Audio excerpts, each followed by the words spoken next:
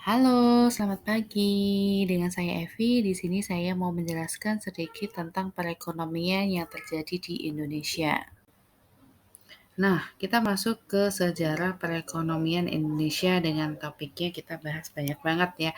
Mulai dari masa Orde Lama, masa Orde Baru, masa transisi, masa reformasi, masa pemerintahan Bapak Susilo Bambang Yudhoyono, dan sampai sekarang di masa pemerintahan Bapak Joko Widodo. Yang pertama kita bahas perekonomian masa Orde Lama di masa Bapak Presiden Soekarno di tahun 1945 sampai 1967. Di mana kita tahu bahwa perekonomian Indonesia masih sangatlah buruk. Hal tersebut juga bisa dikarenakan negara Indonesia masih belum terlepas dari jajahan Belanda. Dan kita tahu bahwa perekonomian di masa Presiden Bapak Soekarno pun kompleksitasnya cukup menantang ya, bahwa tantangan-tantangan yang dihadapi untuk membangun pengelolaan ekonomi pada saat itu. Bisa dilihat angka minus pertumbuhan ekonomi dipicu biaya politik yang sangat tinggi. Perekonomian masa Orde Lama terbagi dalam beberapa fase.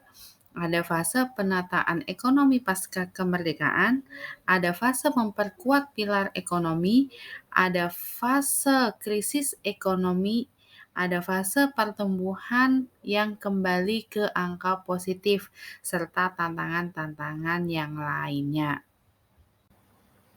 Selanjutnya kita bahas perekonomian masa transisi dari Bapak Presiden Soekarno ke Bapak Presiden Habibie gitu ya.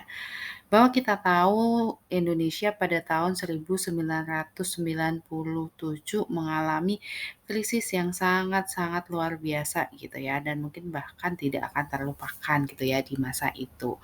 Dan di masa transisi ini tuh sangatlah susah karena ini juga masa perpindahan dari pengunduran Bapak Soeharto ke Bapak Presiden Habibie, di mana banyak krisis yang terjadi mulai dari ekonomi, politik, hukum, sosial, bahkan krisis kepercayaan masyarakat terhadap pemerintahan dikarenakan tidak diimbangi dengan pembentukan mental para pelaksanaan pemerintahan yang membuat terjadinya penyelewengan, penyimpangan pemerintahan otoriter yang tersebar KKN. Pada masa reformasi ini, Presiden Habibie membuat reformasi berskala besar pada sistem pemerintahan. Tapi kita tahu ya bahwa Bapak Habibie salah satu tantangan sekaligus pencapaiannya adalah bisa memulihkan kondisi ekonomi dari posisi pertumbuhan minus 13% menjadi 0,79% pada tahun 1999. Dan Bapak Habibie juga menerbitkan berbagai kebijakan keuangan dan moneter bahwa perekonomian Indonesia ke masa kebangkitan. Rupiah pun juga dari sebelumnya 16.650 per dolar US pada Juni 1998 menjadi 7.000 per dolar US di bulan November tahun 1998. Selanjutnya kita masuk ke masa reformasi.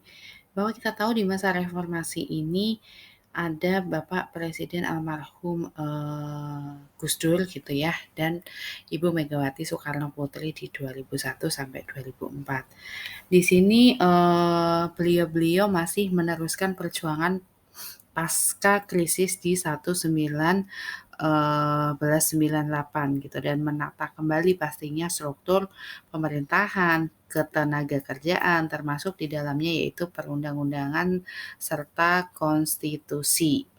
Dan perubahan ini menemukan berbagai nilai baru dalam kehidupan masyarakat berbangsa dan bernegara.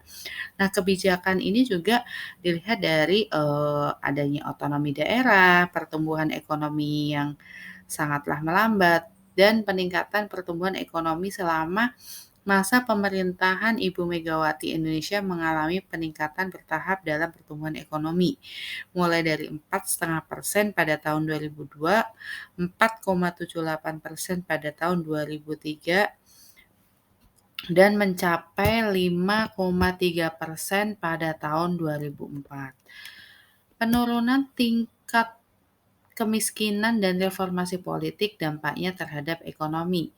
Perbaikan sektor perbankan, kemandirian ekonomi, pemerintahan Megawati menjaga sektor perbankan dengan lebih ketat dan menertibkan surat utang atau obligasi secara langsung sebagai upaya untuk memperbaiki kondisi keuangan ekonomi.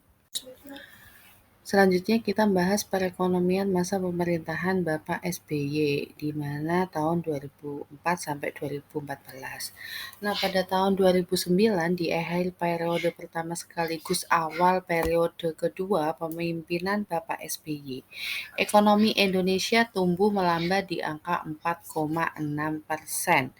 Masa pemerintahan ini mencerminkan upaya untuk menjaga stabilitas pertumbuhan ekonomi Indonesia, meskipun dihadapkan pada sebagai tantangan eksternal dan internal, serta upaya merancang strategi jangka panjang dalam pembangunan ekonomi negara. Poin pentingnya pada masa pemerintahan Bapak Presiden SBY adalah stabilitas pertumbuhan ekonomi, tantangan dari krisis global, tingginya ketergantungan pada impor dan upaya untuk percepatan pembangunan ekonomi jangka panjang. Yang terakhir kita akan membahas perekonomian masa pemerintahan Bapak Joko Widodo. Pada tahun 2019, asumsi pertumbuhan ekonomi dalam APBN adalah 5,3%. Pemerintahan Bapak Jokowi menghadapi berbagai tantangan dalam meningkatkan pertumbuhan ekonomi Indonesia. Namun, upaya untuk mendongkrak pertumbuhan tetap dilakukan meskipun dengan hasil yang tidak selalu sesuai dengan harapan. Perubahan dalam struktur APBN, Bapak Jokowi mendorong investasi pembangunan infrastruktur serta melakukan efisiensi dalam APBN untuk meningkatkan daya saing Indonesia. Pertumbuhan ekonomi yang tidak konsisten karena tantangan eksternal dan internal.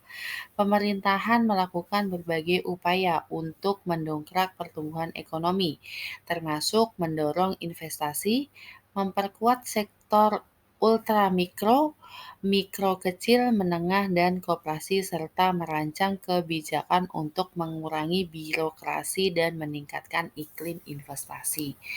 Target pertumbuhan ekonomi yang tidak terpenuhi, target tersebut sulit dicapai untuk meningkatkan berbagai tantangan yang dihadapi, baik dari dalam negeri maupun dari luar negeri. Oke, demikian penjelasan tentang masa perekonomian dari masa ke masa. Cukup sekian dan terima kasih.